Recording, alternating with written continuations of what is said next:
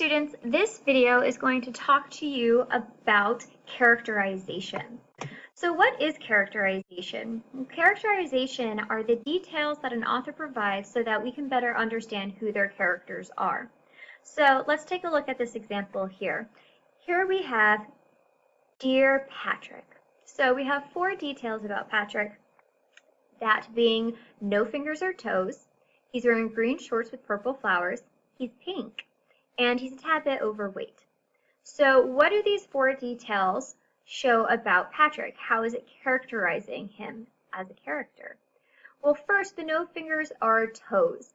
That might indicate, I'm reading into it a little, but that might indicate the fact that he isn't very capable of doing things. If he didn't have any fingers, it'd be very hard to pick something up. And so it might speak to Patrick's inability to take care of himself. Here we have the green shorts with purple flowers. That indicates how fun Patrick is and how we can have a good time. The fact that he is pink and a tad bit overweight characterizes him as being sweet and adorable and kind. So we see that these 4 details all go into the way that we perceive Patrick as a character, which is ultimately characterization. So with characterization, there are 6 kind of common modes that authors use in characterizing their characters, and we're going to talk about those 6 modes. So the first one is called direct characterization. So what is direct characterization? Let's take a look at this excerpt from Harry Potter to see how direct characterization works. So the excerpt reads, "The witch to the right of Fudge leaned forward so that Harry saw her for the first time. He thought she looked just like a large, pale toad. She was rather squat, with a broad, flabby face, as little neck as Uncle Vernon, and a very wide, slack mouth. Her eyes were large, round, and slightly bulging." So here we have a description of the character named Professor Umbridge. And the way that she's being described here is through direct characterization. We see it here when it describes her as being broad, flabby, little neck, wide, slack, large, round, slightly bulging. These adjectives all directly describe what she looks like. There's no room for interpretation.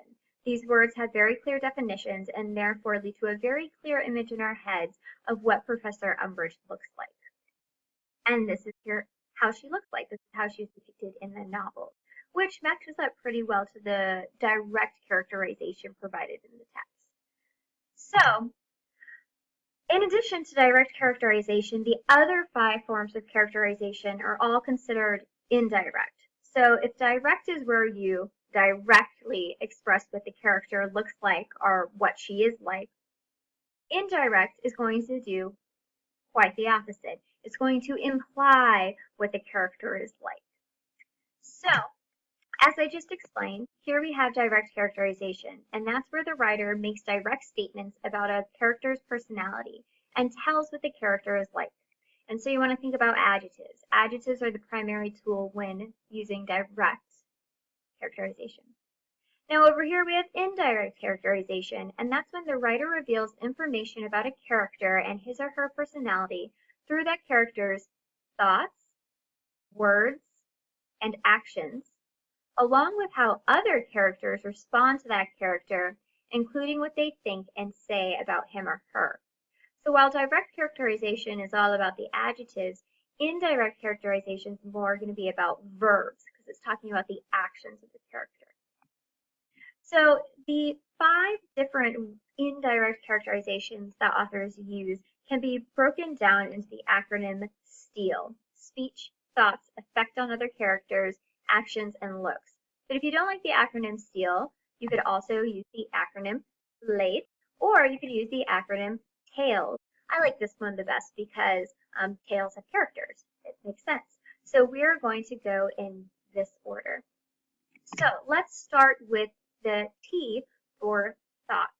So we're going to read this excerpt and see how authors can use the thoughts of a character to clarify their characterization. So the excerpt says, "Mr. Potter, the Dark Lord has not returned from the dead, and anyone who says that he has is perpetuating lies. I will not have it. Tell me at once who is saying such things, and they will be punished accordingly. We are all perfectly safe, she said smugly. It was very clear that her intention was to deceive the wizarding world into believing that Voldemort was not on the verge of attacking, and that she was thrilled to have the opportunity to brainwash as many wizards as possible.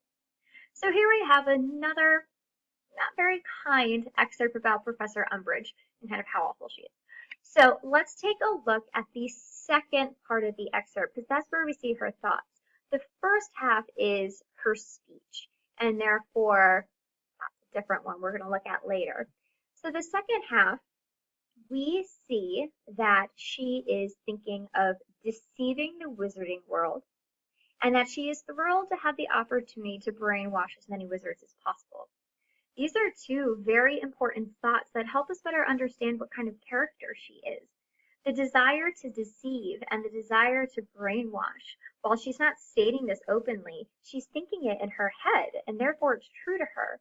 And if this is true about a character, that would indicate that she is manipulative and possibly a little evil. So if on an assessment you are asked, how does this excerpt characterize Professor Umbridge through her thoughts? You could point out these two thoughts that she has, and then explain that it characterizes her as being manipulative. Okay? So that's thoughts. Now let's move on to actions. So let's take a look at this excerpt. It reads, has everybody got a copy of the textbook? No one answered. I think we'll try that again, said Professor Umbridge. When I ask a question, I should like you to reply, yes, Professor Umbridge, or no, Professor Umbridge. So has everyone got a copy of the textbook? Yes, Professor Umbridge, rang through the room. Good, said Professor Umbridge. Turn to page 5 and read chapter 1. There will be no need to talk. So here we have two different characterizations going in here, indirect ones. We have speech, the way she's saying and what she's saying, but also actions, which is what we're going to focus on, the way that she's acting. So what she's doing is she first asks a question, and then in not liking what she gets in response, she corrects the class.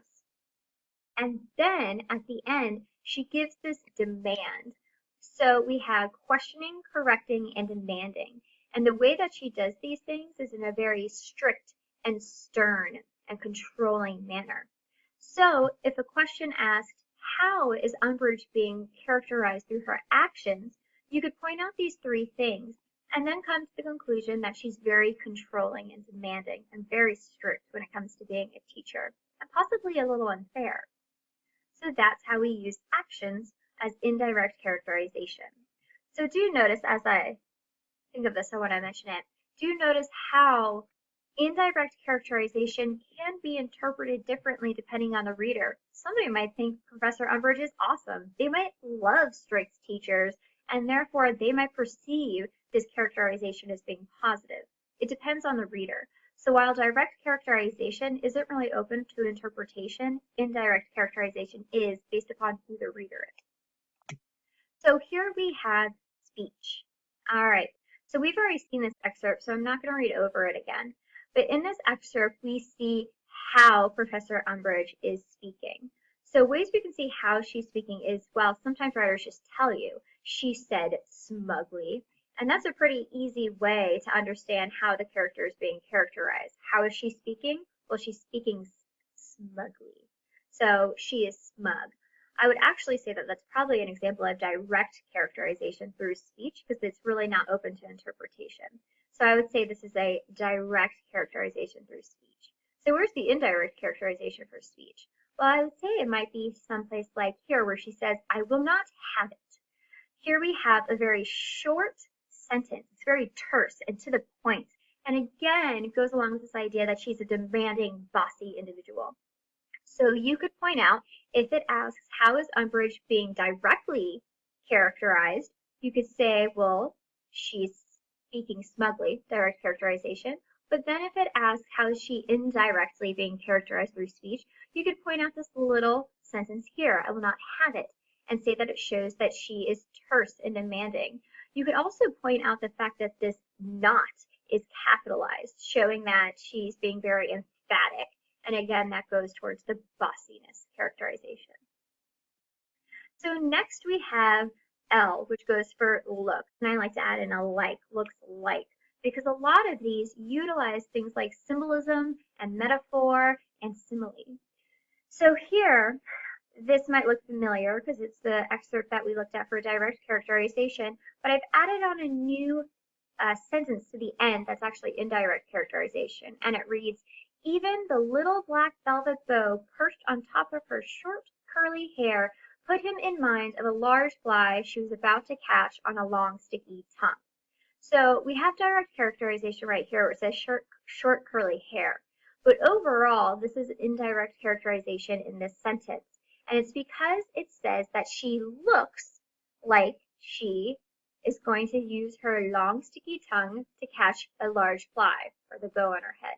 And so what this is creating is a metaphor because it's comparing her to a frog without using like or as. And it's not doing it through direct description. So this simile, saying that she looks like a frog, is indirect characterization because that can be interpreted differently by different people. If you like frogs, if you think they're cute little frogs, you might be like, cool, Professor Umbridge looks like a frog. That's my favorite animal. But if you find frogs kind of gross or toads kind of gross, you would then find her repulsive. So it's indirect because it's open to interpretation. So last but not least, we have effects on others. So in this excerpt, we have Professor Umbridge is an evil old bat who only cares about pretending that Voldemort hasn't returned with a plot to kill us all, exclaimed Harry. It's really intense. But what's happening here is that we're seeing how Harry is being affected by Umbridge and how he's responding. So he's responding with anger and he's yelling and he's claiming that she's essentially in on a plot to kill everybody. And therefore, this effect that she has on characters indirectly shows that, well, ultimately she's a terrible person because she's negatively affecting all the people around her and also putting their lives in danger. And therefore, that is the effect on others. So that is how characterization works. So as a quick review, we have direct characterization as the first form of characterization, and then we have 5 more forms of characterization, which are all indirect. Okay? And those indirect include speech, thoughts, effects on others, actions, and looks. Well, I hope this helps. Good luck on your assessment.